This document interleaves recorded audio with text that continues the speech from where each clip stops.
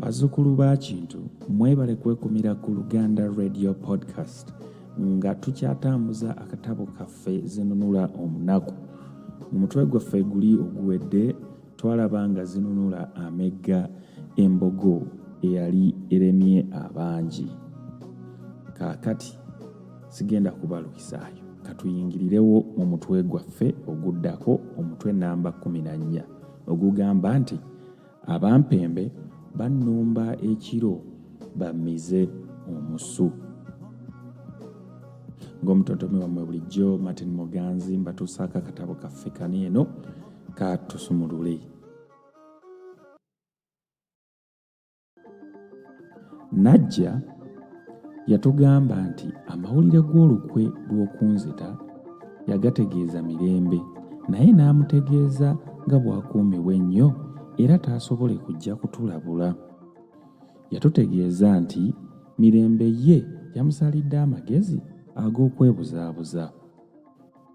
Najja yatutegeeza nti Mirembe atwegayiridde tuleme kusula mu nju yaffe, nti tetunaayiza mu kabi kano era nti bwe tuva ku bibye tugenda kuwanga tto, nti era ye yatya nnyo n'alowooza nti oluyombo lwe ne kagulu ka nkwale lwandibanga lwe luzadde ebyo byonna. Nze ne muddamu nti omugamba nti ekikye kyasangirizza ku lukulu nti Gambobbi lwo ne bwe lutandibaddewo kalusambulira yali yakolera dda ng'alindirira mpewo kutumbuka. Najja n'amaliriza ebibye nti era Mirembe yabasabye mumukakase titemujja kusula mu nju omwo.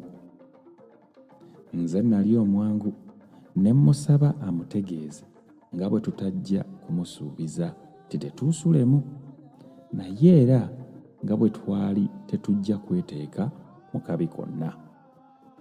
Olwo Najja nassa ekikkoowe ng'omuntu abadde yeetisse eggugu eddene n'atusiibula. Kutemya n'okuzibula ng'ebitooke byamumize dda. Najja bwe yagenda era nga tumaze akabanga nga twewunise, meeya n'atubuuza kye tuteesa okukola. Nze ne munnyonnyola nga bwe tuteekwa kusula mu nju omwo.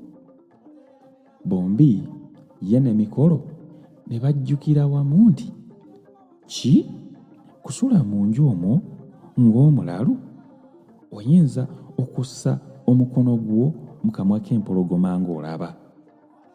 Nze ne mbannyonnyola nti bwe katutanda ne tusula mu nju endala bajja kutuketta batulumbeyo, ate nti tujja kuba tutwalidde ab'omu nju eyo olwa nabbamba era nga kyangu okuwuubwa ffe ne bafumita omuntu omulala. Bwe namala okubannyonnyola entegeka gye nali ndowooza okutuyamba ne bakkiriza, naye nno ng'enkalu zimaze okwenyoola.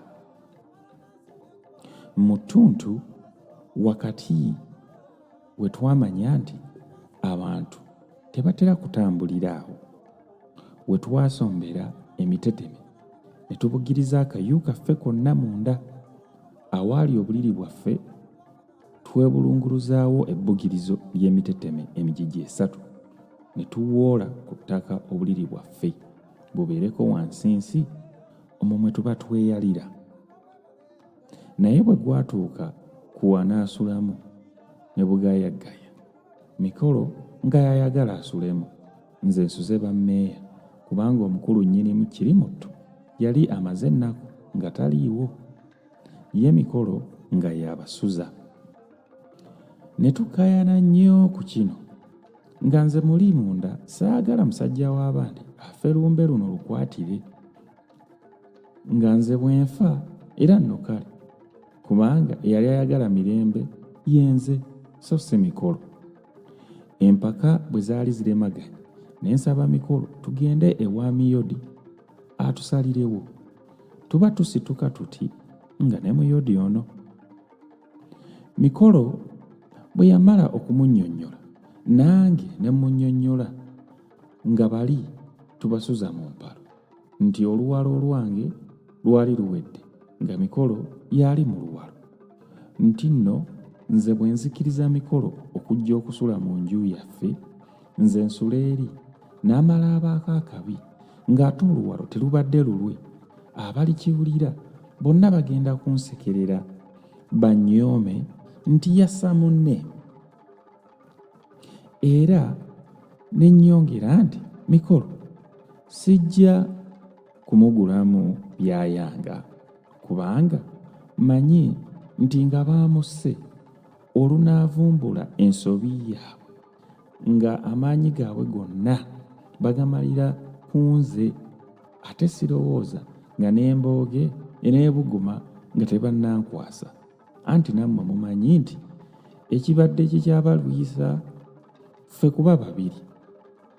Munnange Mikolo kasita anaavaawo n'obudde tebuliziba nga tebannankuba ku ssekalootera. Olwo abantu nga boogera ku linnya lyange nti kaalyose ne kafa kassa munne waako, ng'ate ne Mirembe baamutwalirako olw'okwagala akaziribongo.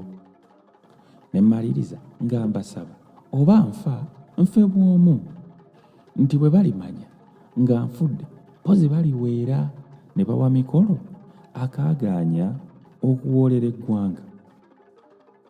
Bino nno byonna nabyogezanga luggumuggu, era Mikolo byamunyiikaaza nnyo.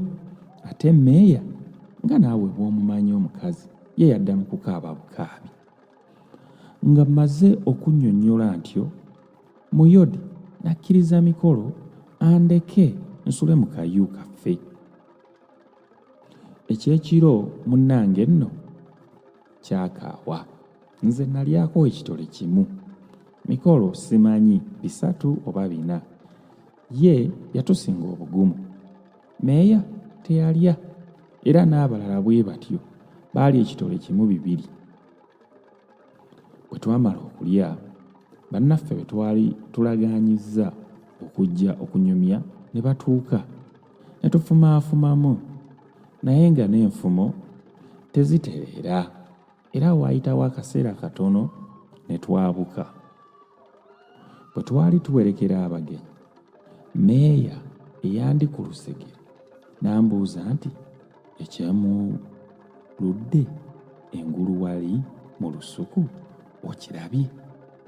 Konze nkirabye, so nali ndowooza nga nze nkirabye nzekka. Ye kwe kuwa ekirowoozo tukome nga tetunnatuuka bwe twakirengera. Nga nkomyewo nnyingira, Mikolo ne mmeeya ne bansiibula ne bagenda mu nju yaabwe. Olwayingira nga neesuula ku buliri bwange, naye akaseera akaddirira buli we nkajjukira neesisiwala. Natuuya n'emigigi gy'entuuyo 4 nga gikala, ate nga n'akanyeenyenkole okungwako nga kamala okunkumulira. Nga wayiseewo ekiseera kye nalowooza okuba ekinene nga ndi mu kutya, ne ndowooza nti tebakyazze. Kazi njoza ntamu nga bagenze okuyigga tebannadda, kubanga mba nnyenderera bwe nti okwebaka ne mpulira akaseekeeterera mu kisenge ng'ogeraageranyizza mu mbiriizi zange. Nasooka okulowooza nti mmese, naye bwe nalwawo nga mpulira okuseekeeterera kusiriikirira ate ne kutandika, era nga mpulira ng'omuntu eyeeseeguunya ebweru, anti bw'oba otya towulira osuula matu. Ne ndyoka ntegeera nti ab'omukago bagobye. Omusiru nze nali ndowooza nti banaayita mu mulyango, nga ŋŋamba muli nti bwe bayita eyo bananzita nange neerwanyeeko, anti atakulekera. Naye bwe badda mu kukuba empungu mu bisenge, ebyokwerwanako ne mbiziika, ne fomuli nali nsembezza nga ndisindika eri.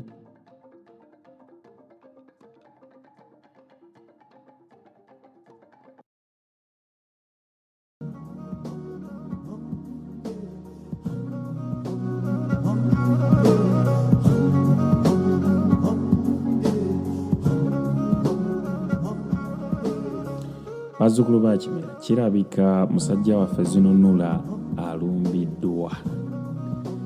Ebintu bino eno ebyokwetantala ku muwala w'omwami Mirembe bireese ebizibu, bizadde enjega, era simanyi wawe tulaga naye gye tulaga bitiisa. Zinunula alumbiddwa, naye katusuubire nti amagezi ge ne pulaani ye gy'ataddewo enaamukolera okulaba nga awona ekibambulira.